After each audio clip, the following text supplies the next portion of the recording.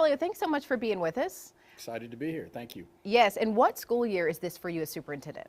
So this is my 8th year as superintendent, which is just absolutely amazing to me. I say it feels like it's flown by, but it's also like dog years too. Yeah. So, but 8 years as superintendent. Yeah, you've been with the district a very long time, so you've seen so many changes. What are you most proud of as you enter this 8th year as superintendent? Yeah, well, I mean, what I'm most proud, this is my 28th year in the district. And in 2019, we really focused on making major change to the district to improve student outcomes.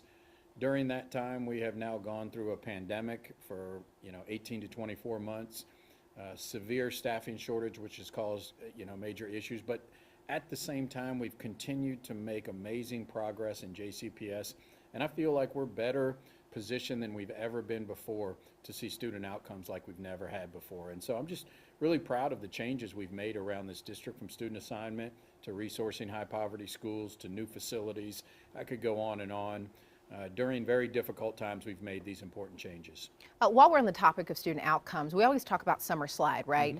What are some of the things that are in place to help students as they transition into a new school year coming off of summer break? So that was a big change for us as well. 5 or 6 years ago, we may have only had 400 or 500 kids in summer learning opportunities. And the research is clear. When kids have some type of summer programming, a camp or something that they get involved in, that the Summer Slide does not necessarily happen like those that don't. And so our goal was to get as many kids as we possibly could into what we called our Backpack League. We had nearly 9,000 kids in our Backpack League this summer, some of our neediest kids who may not have other opportunities in the summertime. And so going from 500 to 9,000 in 4 or 5 years has been an enormous task for us, but it's been so important to make sure kids are having those fun activities during the summer, but still working on their reading and math so that they don't have Summer Slide. Yeah, summer is a really busy time for front office as you guys prepare for the school year ahead. So what are some of the things you guys have been most focused on this summer? Well, without a doubt. I mean, last year's major challenge and difficulties around that first day in transportation really exposed the need to change our systems. And so we added start times, which really crunched everything and made it much more difficult to make sure we were on time. But our commitment has been to do everything we possibly can during a bus driver shortage to get kids to school on time, get them picked up and get home quickly, and have an efficient and effective first day. And so we've had to really change a lot of our structures and systems to support schools. So that's been a lot of the work this summer. On top of that, we've trained over 3,000 teachers when it comes to literacy and math curriculum. And so along with the Backpack League, that's been a pretty busy summer for us. Yeah, even with the implementation of TARC drivers, is there still a shortage of bus drivers? Yeah, well, I mean, right now we are exactly at the number of bus drivers and routes based upon, we have about 560 bus drivers, 510 routes. We usually have about 50 out per day. So we are right at routes and bus drivers per day, which is something we haven't had in several years. But without a doubt, 560 bus drivers is not nearly what we used to have when we had 950 to 1,000 bus drivers. And so we did have to cut services this year and make that difficult decision, but it's still going to be tight without a doubt. I mean, when you lose nearly 50% of your bus drivers over a decade, it's going to make for tight schedules. Yeah, I know there are parents still holding out hope that the bus services will come back for traditional magnet schools. Are those conversations still being had? Yeah, they are. We're having those right now, and we plan on adding services back. We wanted to make sure families knew that it would not be for the first few weeks of school. We're still training our TARC bus drivers, which will be 70 drivers that we are adding. Many of them have to pass what's called an S endorsement for transporting students.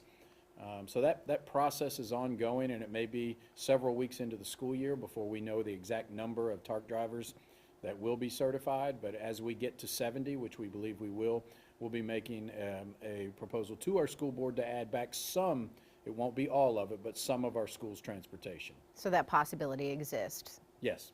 There we go.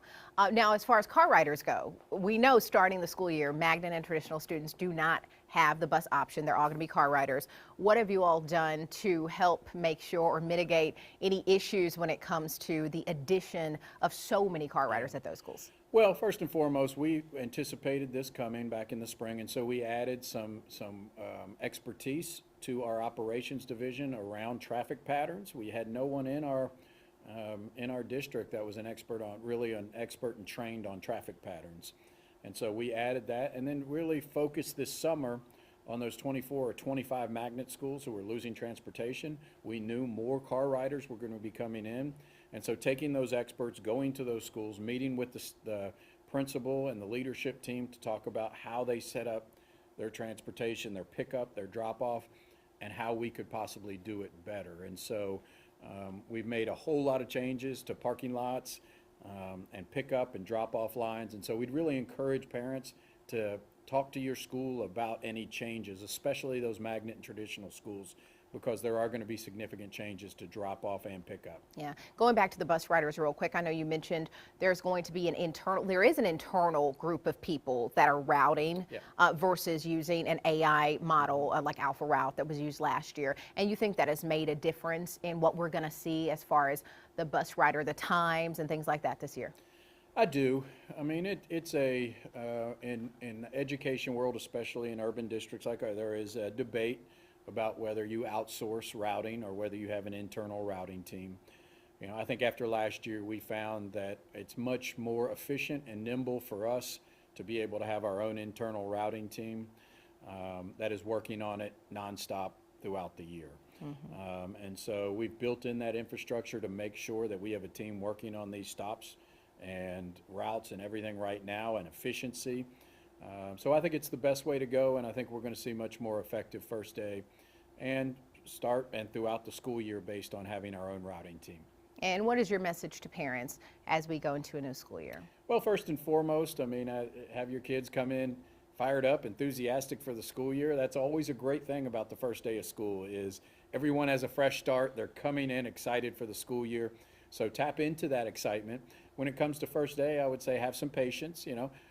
As always, we're trying to make sure every kid knows their bus, gets on the right bus, gets off at the right bus stop. That's challenging when it comes to, you know, little bitty kids that this is their first time on a bus. So having patience, it's going to be slower on that first day than it will be on the 4th day or the 7th day or the 10th day. Have patience with that. But, you know, and then make sure if you are a car rider that understand that there's going to be some delays, but you know, we'll make adjustments as needed, but confident it's going to be a great school year. Thank you so much. Great, thank you.